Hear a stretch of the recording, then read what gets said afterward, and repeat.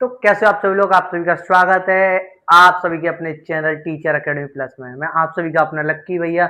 उम्मीद है कि अच्छे होंगे और अच्छे से पढ़ाई कर रहे होंगे और आप सब अपनी तैयारी में लगे होंगे, क्योंकि अब आप सभी के साथ अपना चैनल टीचर एकेडमी प्लस आ चुका है। जैसा हमने वादा किया था आपसे कि हम बेसिक से लेके जाएंगे, बिल्कुल बेसिक से लेके जाएंगे, यूनिट वाइज बढ़ाएंगे। तो हम फर्स्ट यूनिट में हम टॉपिक लेके आए नंबर सिस्टम। नंबर सिस्टम है क्या? नंबर सिस्टम हम बेसिक से पढ़ाएंगे, हाई तक लेके जाएंगे, यानी कि हम जीरो से स्टार्ट करेंगे भाई, जीरो लेवल से, बिल्कुल जीरो से, ताकि आप सबको समझ में आए।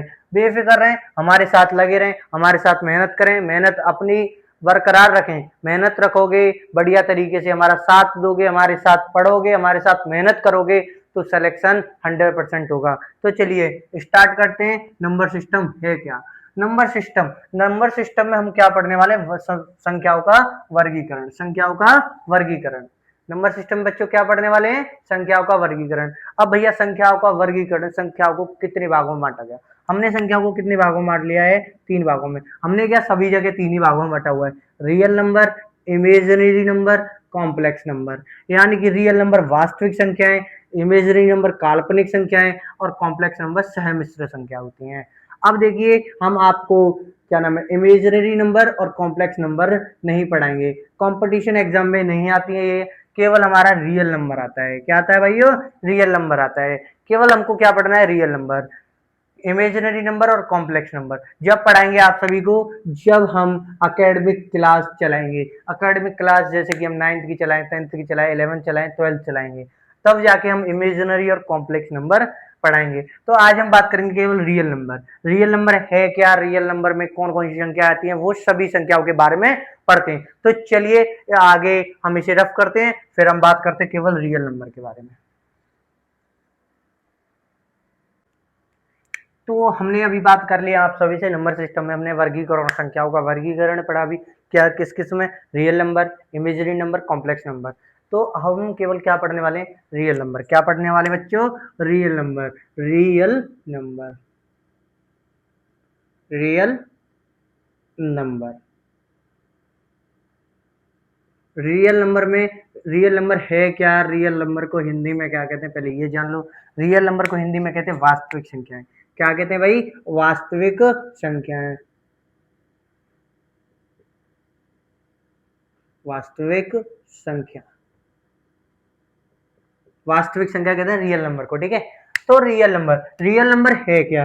रियल नंबर माइनस इन्फानाइट से लेकर पॉजिटिव यानी प्लस के इन्फानाइट तक के बीच की संख्याएं रियल नंबर कहलाती हैं।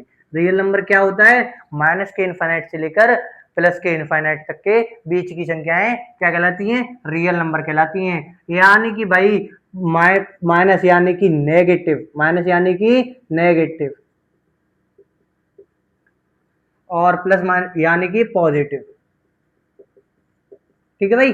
पॉजिटिव इन्फानाइट से लेकर माइनस के इन्फानाइट बोल दो, या माइनस के इन्फानाइट से लेकर पॉजिटिव के इन्फानाइट तक बोल दो। इनके बीच की संख्याएं क्या होती हैं? रियल नंबर होती हैं। तो भाई अब रियल नंबर है क्या? रियल नंबर को भी पता ही चल गया आपको कि रियल नंबर कौन सी संख्या होती है, माइनस के इन्फानाइट से लेकर प्लस के इन्फानाइट तक। तो हम बात क्या करने वाले हैं यहाँ पर कि रियल नंबर को कितने भागों में बांटा गया है। रियल नंबर को कितने भागों में बांटा गया? वैसे सभी संख्याएं ज्यादातर हमारी रियल नंबर ही होती हैं। सभी संख्याएं क्या होती हैं? रियल नंबर ही होती हैं। तो हम केवल यहाँ पे बात करने वाले परिमेय संख्या की और अपरिमेय संख्या की। क्या करने वाले हम? परिमेय संख्या की और अपरिमेय संख्या की। परिमेय संख्या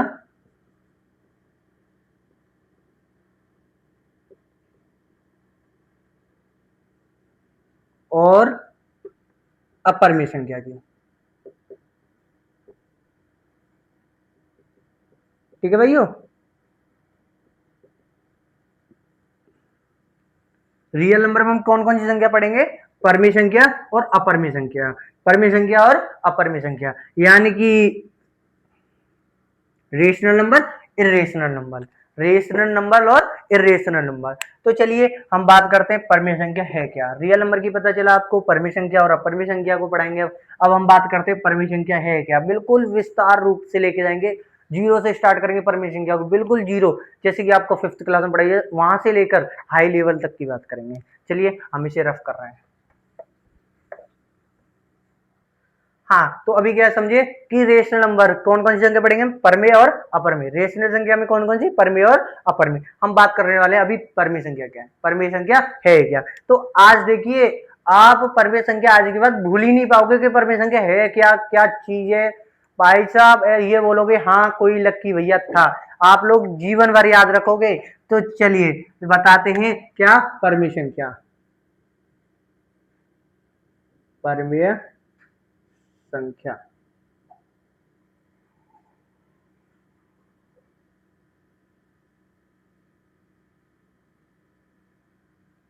हाँ, तो देखिए परमेय संख्या की हम परिभाषा बताएंगे पहले। परमेय संख्या की परिभाषा, परमेय संख्या है क्या, what is rational number, what is rational number. Rational number है क्या, देखिए ध्यान दीजिए, वह संख्या जो p बट्टा q के रूप में लिखी जा सके, और p व q क्या होनी चाहिए, पूर्णांक होनी चाहिए, q नॉट इक्वल टू 0, यानी q बराबर 0 के नहीं होना चाहिए। तो चलिए स्टार्ट करते हैं, परिभाषा लिख देते हैं थोड़ा सा। वह संख्या जिसे p अपॉन q के रूप में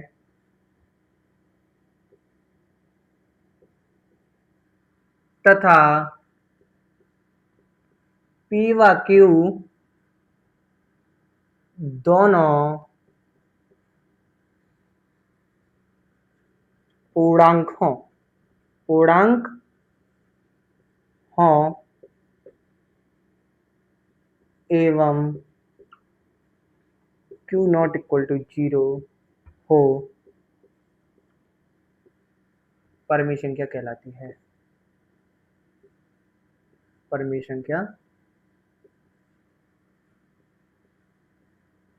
संख्या कहलाती है।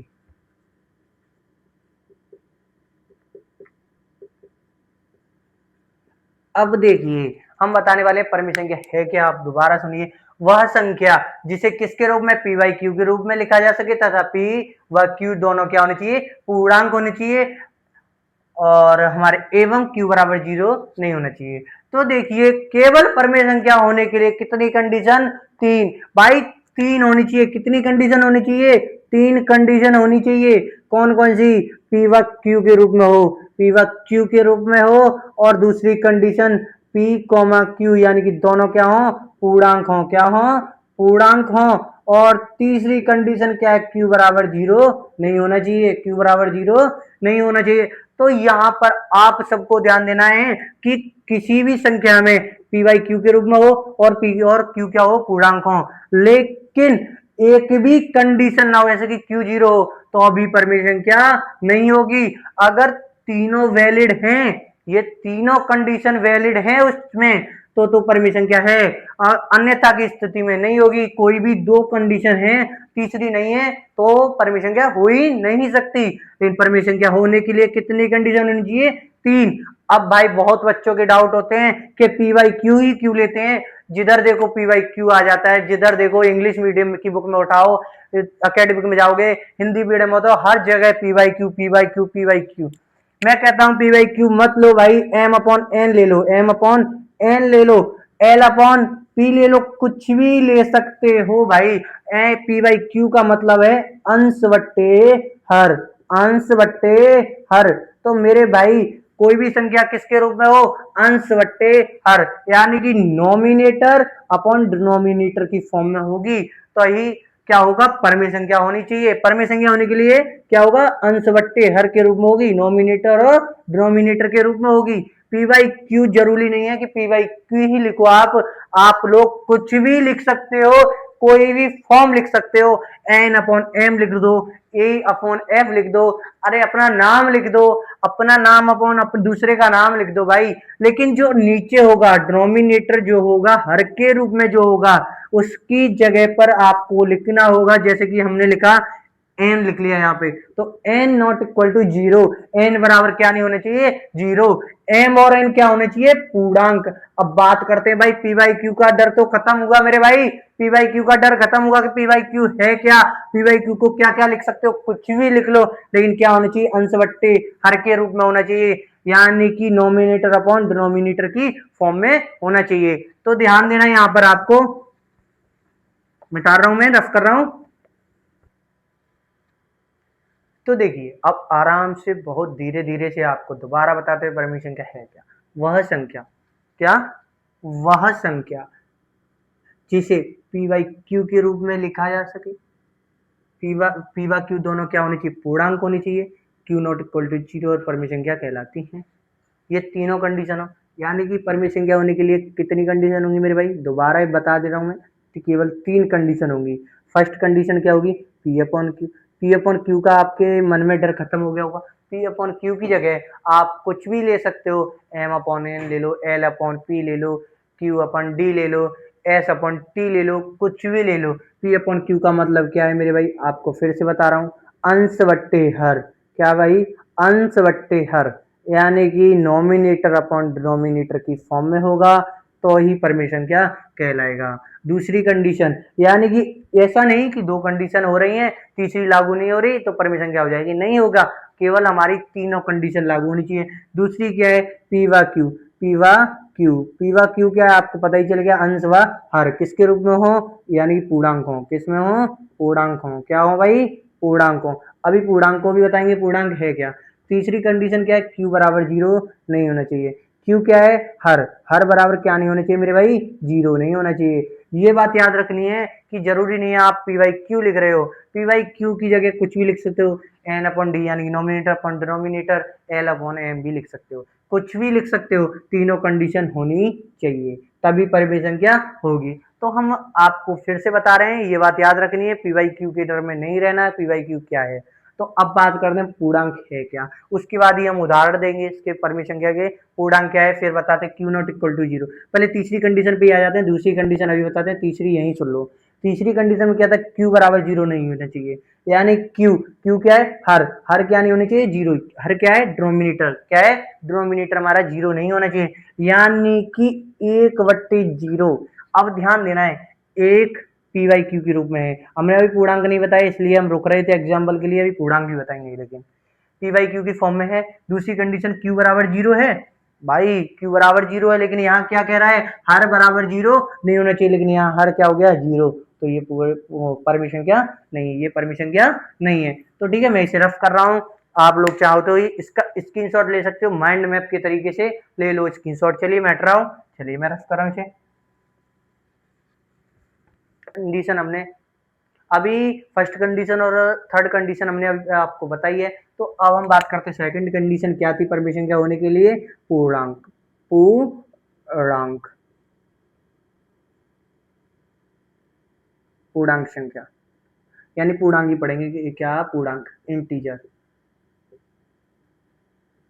इंटीजर्स, इंटीजर्स है क्या, आज इंटीजर्स का भी जड़ से खत्म करते हैं। क्या होता है भाई, इंटीजर्स है क्या, इंटीजर्स है क्या। तो देखिए हम डेफिनेशन लिख नहीं रहे, आपको बोल के बताते रहे। वे संख्याएं, कौन सी संख्याएं, वे संख्याएं जिनमें धनात्मक, ऋणात्मक व शून्य शामिल होती हैं। यानी कि वे संख्याएं ऋणात्मक, धनात्मक और शून्य पाई जाती हैं, वो कौन सी संख्या होती हैं, पूर्णांक कहलाती हैं। यानी कि इन्हें हम संख्या रेखा पर बताने वाले हैं अभी। लेकिन इसमें याद रखना, जो डेसिमल होते हैं यानी कि दशमलव वाली संख्याएं पूर्णांक संख्याएं नहीं होती। जो डेसिमल वाली संख्या कैसी होती है, पूर्णांक नहीं होती। तो चलिए नंबर लाइन पे बता देते हैं आपको भी।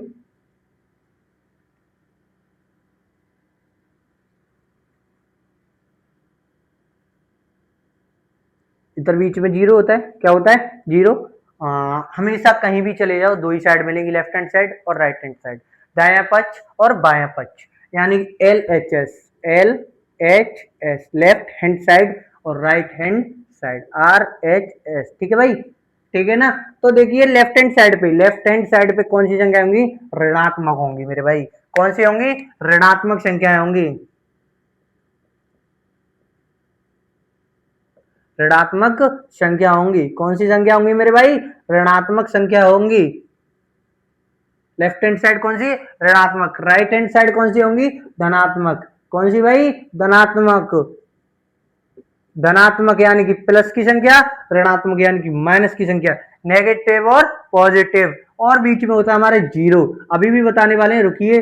-1, -2, लेफ्ट हैंड साइड माइनस की संख्या होंगी, -3, डॉट डॉट डॉट, यानी कि माइनस के इनफाइनाइट तक संख्याएं जाएंगी। यानी कि जीरो के लेफ्ट हैंड साइड ऋणात्मक संख्या होती है, यानी कि नेगेटिव संख्या होती है, -1 से स्टार्ट होती है माइनस के इनफाइनाइट तक। तो याद रखना है मेरे भाई। एक और बात आपको बता दूं, तो देखिए क्या नाम है, पूर्णांक संख्याओं में माइनस के लेफ्ट हैंड साइड पर माइनस के 1 से लेकर माइनस के इनफाइनाइट तक, राइट हैंड साइड में पॉजिटिव 1 से लेकर पॉजिटिव इनफाइनाइट तक, जो बीच में होता है जीरो, वो पूर्णांक संख्या तो है, अभी इसके बारे में बात करेंगे। लेकिन एक बात याद रखनी, माइनस के 1 जो है नेगेटिव संख्या के अंदर सबसे बड़ी संख्या है, सबसे बड़ी संख्या, सबसे बड़ी संख्या। आपसे कोई भी पूछे कि नेगेटिव संख्याओं के अंदर सबसे बड़ी संख्या कौन सी है, सबसे बड़ी संख्या कौन से में, नेगेटिवों में। याद रखना है, याद रखना है मेरे भाई। और पॉजिटिवों में सबसे छोटी संख्या कौन सी है, 1, सबसे छोटी संख्या, सबसे छोटी संख्या, सबसे छोटी संख्या पॉजिटिव के अंदर 1 है, और नेगेटिव के अंदर सबसे बड़ी संख्या कौन सी है, माइनस के 1। और याद रखना है भैया, जीरो क्या है, आपने जीरो तो बीच में लटका दिया, ना तो आपने ऋणात्मक साइड लिया ना धनात्मक साइड। भाई ये मैंने नहीं लिया, बाकी मतलब कि भाई जो गणितज्ञ थे उन्होंने ही बीच में लटका दिया था। ये है क्या, ये एक उदासीन नंबर है। ये क्या है मेरे भाई, उदासीन नंबर है। अभी बताएंगे उदासीन नंबर क्या है। उदासीन नंबर है, उदासीन क्या है, उदासीन। यानी कि देखो, इधर साइड लेफ्ट हैंड साइड में जो संख्या होती है उनके पिताजी कौन है, ऋणात्मक। कौन है, ऋणात्मक। राइट हैंड साइड में जो होती है पॉजिटिव संख्या जो होती है उनके पिताजी कौन है, धनात्मक। लेकिन जो जीरो है इनके पिताजी की पता ही नहीं है, ना पिता की पता ना माता की पता, इसलिए इसे बोल देते हैं हम लोग, क्या बोल देते हैं, लावारिस। यानी कि ये अनाथ है, अनाथ है यानी कि उदासीन है।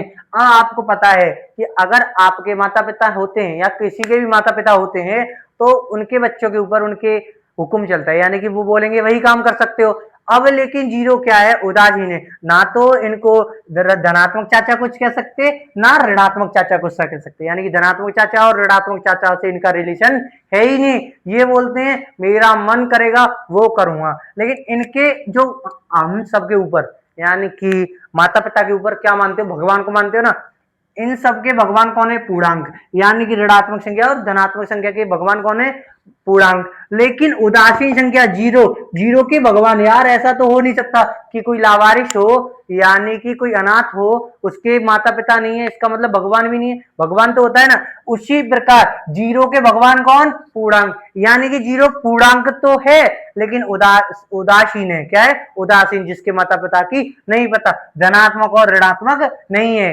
लेकिन भगवान कौन है, पूर्णांक। याद रखना भाई, दूसरी कंडीशन क्या थी, पूर्णांक होना चाहिए, या तो ऋणात्मक हो या धनात्मक हो, लेकिन क्यू बराबर जीरो नहीं हो। ठीक है भाई, मेरे भाई से मैं रफ कर रहा हूं, स्क्रीनशॉट ले लो जल्दी से। तो आप सबको पता चला ना, पूर्णांक कौन है, भगवान। यहां पर किसका रूप निभाएंगे, ये भगवान का रूप को निभा रहे हैं, किसका, भगवान का।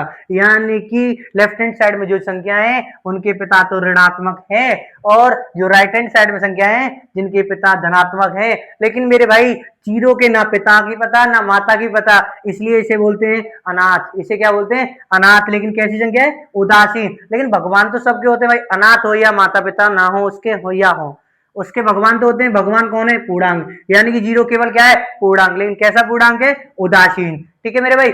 अब हम बात करते हैं परमेय संख्या पे चल रहे थे ना, परमेय संख्या। अब परमेय संख्या और आगे जो पढ़ाने वाले हैं वो नेक्स्ट वीडियो में पढ़ाएंगे। आज के लिए इतना ही रहेगा, एग्जाम्पल और सुन लें भाई। परमेय संख्या, परमेय संख्या, परमेय संख्या के लिए कितनी कंडीशन थी, 3। आप सबको फिर भी दोबारा बता रहा हूं, 3 कंडीशन।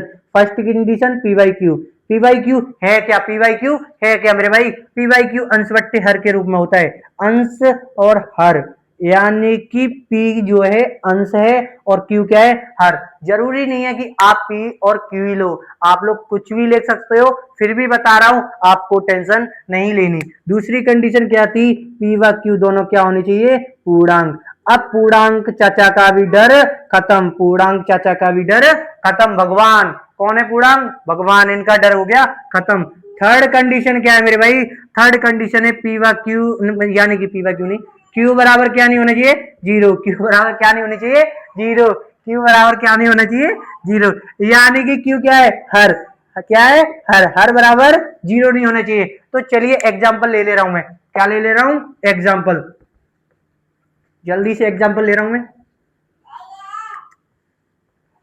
एग्जाम्पल ले रहा हूं मैं, अभी ले रहा हूं एग्जाम्पल। चार है, चार एग्जाम्पल काफी है। तो देखिए 8 कंडीशन क्या थी? पी बाई क्यू के रूप में होना चाहिए। इसमें बहुत बच्चे बोलेंगे भाई ये पी तो हो गया बड़े भैया, पी तो हो गया, लेकिन क्यू कहाँ है? यहाँ क्यू है कहाँ? तो मेरे भाई आप सबने ये कक्षा एक में ही पढ़ लिया होगा कि जब किसी संख्या के नीचे कोई भी संख्या ना हो, यानी एक लगा देते हैं, यानी एक से भाग देने पर और एक से गुणा करने पर किसी भी संख्या में कोई फर्क नहीं पड़ता, एक लगा दिया तो मेरे भाई पी हो गया और क्यू भी हो गया। अब उसने दूसरी कंडीशन क्या थी? दोनों पूर्णांक हो। तो 8 8 जो पॉजिटिव साइड यानी आरएचएस साइड आ रहा था ना, तो ये पूर्णांक है। और नीचे वाला भी देखो मेरे भाई, ये भी पूर्णांक है एक। तो यानी कि ये परमिशन क्या है? अभी भाई तीसरी कंडीशन रह रही है क्या? क्यू बराबर जीरो नहीं होना चाहिए, क्यू बराबर जीरो नहीं होना चाहिए, यानी हर। हर क्या है? एक है, जीरो तो नहीं है, तो यानी कि ये परमिशन क्या है? अब दूसरी बात, ये तो सिंपल है, पी बाई क्यू के रूप में है और क्यू भी जीरो नहीं है और दोनों पूर्णांक है। अब यहाँ देखो ये भी पूर्णांक है, पी बाई क्यू के रूप में है, पी बाई क्यू के रूप में है ना? है। तो देखिए 3/0 यानी 3/0, जीरो क्या है? देखो पी बाई क्यू के रूप में है। अब देखो 3 जो है पूर्णांक है, पूर्णांक है, बिल्कुल है मेरे भाई पॉजिटिव साइड। अब क्यू क्या है? यानी जीरो है, लेकिन जीरो है लेकिन ये पूर्णांक है, मैंने बताया ना भगवान है, भगवान है ना, ये भगवान क्या था? पूर्णांक। पूर्णांक है लेकिन सबका भगवान होता है ना, सबका भगवान होता है। ऐसे ही जीरो क्या था? लावारिस, लेकिन इसका भगवान है, यानी कि ये पूर्णांक भी है। यानी दूसरी कंडीशन भाई पूरी हो गई। लेकिन थर्ड कंडीशन क्या थी मेरे भाई? क्यू बराबर जीरो नहीं होना चाहिए, क्यू बराबर जीरो नहीं होना चाहिए, यहीं पर फेल हो गए, ये परमिशन क्या नहीं है। अब भाई लास्ट देख लो एग्जाम्पल 0/5, 0/5 यानी पी अपॉन क्यू के रूप में है, बिल्कुल है मेरे भाई, बिल्कुल है। ये देखो पूर्णांक तो है, अभी भी बताया हूं मैं, ये पूर्णांक भी है, ये भी पूर्णांक है।